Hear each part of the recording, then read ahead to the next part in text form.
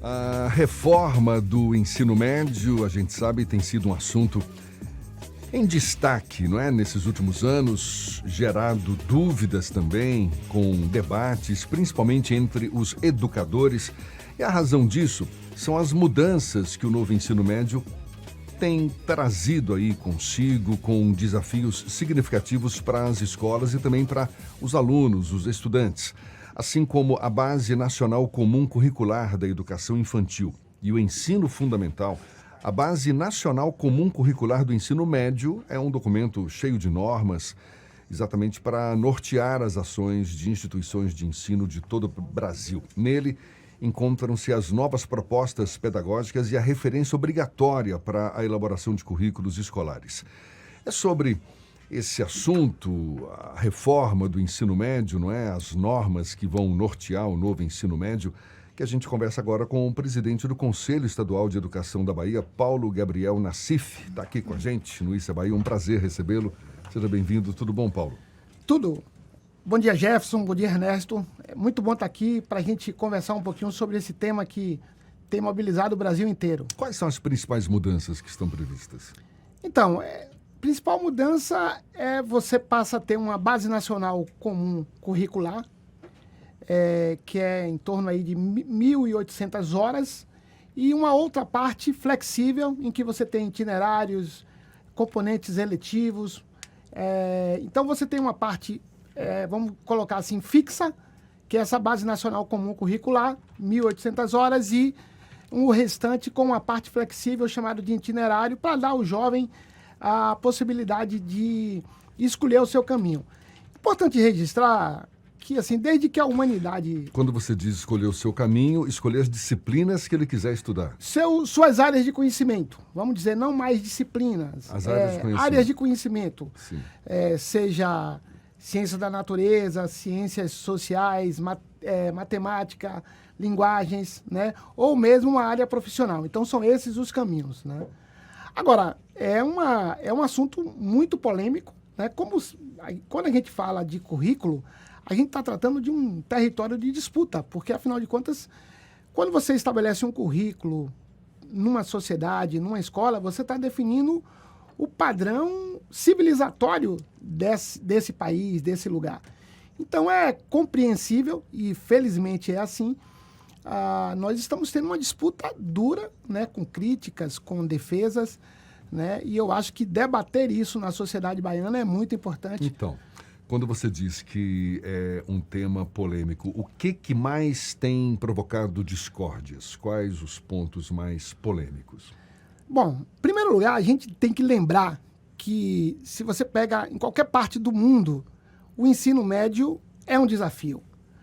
Por quê? Porque naquele momento em que o jovem ele está se descolando da família, se descobrindo e precisa definir o seu futuro, existe uma disputa entre o debate sobre a construção da cidadania, a relação com o mundo do trabalho. Tudo isso precisa ser conjugado, e a Constituição brasileira foi muito feliz em conseguir associar que a educação tem que contemplar o desenvolvimento do ser humano, o seu exercício da cidadania, a sua capacitação para o mundo do trabalho. Então, assim, como você transpor isso para um currículo é o grande debate. Infelizmente, nós precisamos lembrar que essa reforma do ensino médio, ela veio no bojo de uma série de reformas que atua no sentido de desregulamentar o aparato estatal brasileiro. Nós tivemos a reforma trabalhista, nós tivemos a reforma da Previdência e a reforma do ensino médio. Por incrível que pareça, talvez a mais radical tenha sido a reforma do ensino médio em termos da forma como ela foi colocada, né? Então, você tinha um processo aí de 20 anos de debate sobre a reforma do ensino médio e em 2016, 2017, o governo Temer, ele para o debate e diz: olha, eu vou fazer um resumo de tudo que foi debatido e vou mandar uma medida provisória para resolver essa questão. Não resolve. Em educação, você não resolve assim, você tem que criar consensos, você tem que estabelecer um mínimo de pacto social, e esse pacto não foi estabelecido. Então, a conta está vindo. essa polêmica, ela não está vindo com alguns anos de atraso, porque assim, a reforma ela já foi colocada em prática, ela já está sendo implementada. O novo ensino médio ele já está nas salas, né? Sim, sim, sim. Ainda sim. que não fase ainda de alguma transição, etc. E por que que, o que que houve? Foi um momento político? O que que dificultou? Porque você está falando no governo Temer, mas no meio do caminho teve o governo Bolsonaro e somente agora é que o assunto, o ministro abriu consulta pública, etc. Não foi possível estabelecer o debate, mesmo com a pressão de fora para dentro do governo? Não, eu diria que o debate sempre esteve estabelecido. Por exemplo, o ano passado, o Conselho Estadual de Educação visitou todos os 27 territórios fazendo um debate sobre a Base Nacional Comum Curricular. Agora, hoje emerge isso para a sociedade. Não há dúvidas de que você teve, nesse meio tempo, um governo nefasto do Bolsonaro, você teve a pandemia, e agora você começa a implementar, e é fato que alguns consideram que a reforma não está entregando o que prometeu. Porque Né? há quem defenda, inclusive, a revogação, né? Teve gente que achou que abrir a discussão foi pouco, tinha que ter revogado logo. Mas como é que se faz isso, assim, na base do cavalo de pau, se um erro não conserta o outro? Não, eu acredito que a revogação, ela tem que... E mesmo quando você diz, olha, nós vamos fazer correções. Se você faz correções, você pode até revogar sem dizer que está revogando. Então, eu acho que é uma questão semântica que pode ser ultrapassada.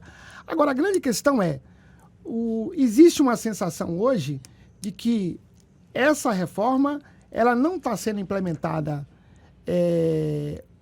como deveria, e onde isso está ocorrendo, você não está tendo respostas concretas, você tem críticas. Porque, assim, volto a dizer, o que houve foi, você tinha um processo de debate profundo na sociedade brasileira, Foi desconsiderado? que foi completamente desconsiderado, e aí um grupo chega e diz, olha, o resumo de tudo é esse, encaminha como uma medida provisória. Então, assim, a resistência sempre houve. A grande questão, hoje, concreta, é que a reforma não está sendo implementada na sua intensidade, ou seja, falta um debate nas escolas, concretamente, você não As tem... escolas não se prepararam para Não se prepararam, você não tem professores. Não, e são muitas dúvidas ainda, não é? E são muitas Entre dúvidas. Os próprios alunos, os pais, os educadores, está todo mundo ainda, acho que em compasso de espera. Agora, tem uma coisa que os estudantes principalmente gostaram, né? Que é essa coisa dos tais itinerários. Porque, por exemplo, para quem não gosta de matemática, ter que aprender raiz quadrada é um saco. Bom, eu sei que entre os educadores a discussão é muito mais profunda do que a gente aborda assim dessa forma tão simplista, né?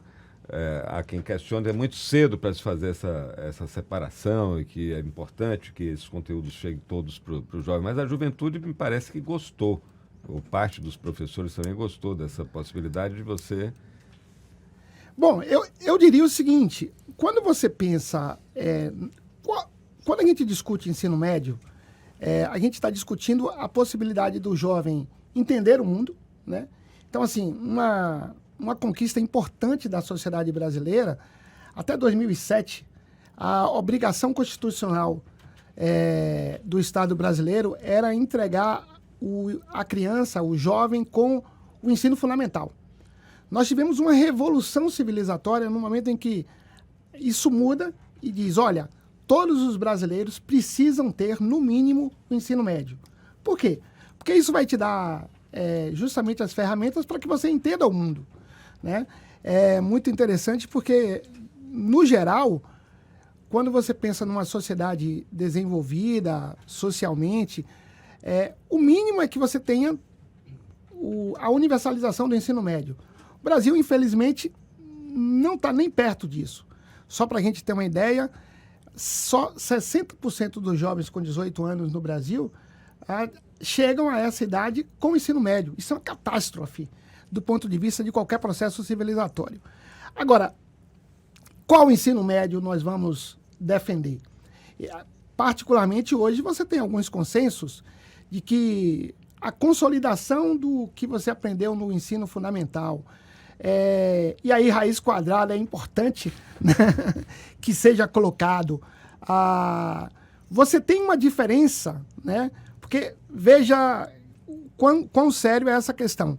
Na educação pública, você tem as 1.800 horas da Base Nacional Comum Curricular e, a partir daí, você tem itinerários flexíveis, mas que levam, na maioria das vezes, à educação profissional.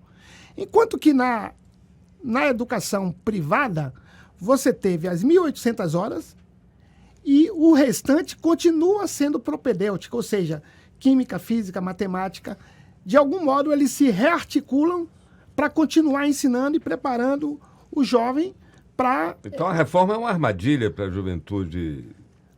Do jeito que está, eu diria, e aí eu não estou colocando a posição do Conselho, é importante que diga, mas eu não tenho dúvidas que, do ponto de vista do que se imagina de experiência do ensino médio, você precisa estar preparado para entender o mundo, você precisa estar preparado para aprender a aprender, inclusive, e essa quebra, essa diminuição que nós tivemos da carga horária pode comprometer, sem dúvidas, né? São esses tais itinerários mais flexíveis, né, que o estudante passa porque a ter, é importante a gente lembrar o seguinte, nós temos experiências impressionantes no Brasil, na própria Bahia.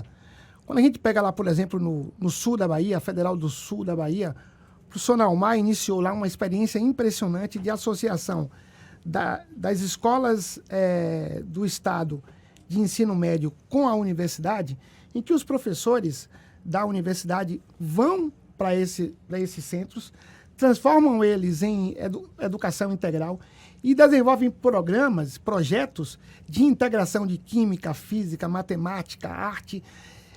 Uma outra reforma. Você começa a dar sentido. Você começa a dar sentido às coisas, percebe? Então, assim, tudo isso foi esquecido. Uma outra experiência também na Federal do Sul da Bahia, que eu gosto muito, que é uma completa articulação do ensino médio com o ensino superior. Então, você cria um curso de técnico em cacau, o jovem entra ali, conhece toda a cadeia produtiva do cacau e ele vai ter a possibilidade de verticalizar isso para um curso de tecnólogo na universidade. Então, assim, você tem experiências impressionantes na Bahia, você tem o novo ensino médio, né, que foi criado ainda na época do ministro Fernando Haddad, que deu recursos para que os professores criassem oficinas, integrassem isso com a sociedade. Ou seja, você tinha uma gama de experiência na sociedade brasileira que isso simplesmente foi ignorado, né? Você tem uma ação estanque. Os professores, e isso é terrível, porque você falou, são normas e normas, e ao fim e ao cabo, o professor, ele está sendo chamado a dar uma partezinha disso sem perceber, e você não faz educação desse jeito. Não adianta, você dá um cavalo de pau, mas a conta chega. E a conta está chegando hoje com esse debate. Né? Chega de forma dura. O tema ainda gera muita discussão e não é à toa que a gente está conversando aqui. Mas, por hora, muito obrigado. Paulo Gabriel Nassif, que é o presidente do Conselho Estadual de Educação da Bahia, dando uma luz a mais para nós aqui nesse debate. Recentemente comemorou 180 anos, é isso, Paulo? Isso, 180 anos. Estivemos aqui, inclusive, conversando com o Jefferson. Exato. Né? Uma festa muito bacana. Conselho de Educação. Primeiro Conselho de Educação do Brasil. Isso aí. Maravilha. Parabéns, Paulo, e muito obrigado mais uma vez. Bom dia e até uma próxima. Obrigado, queridos. Prazer imenso estar com vocês. Agora são 7h50 na tarde fina.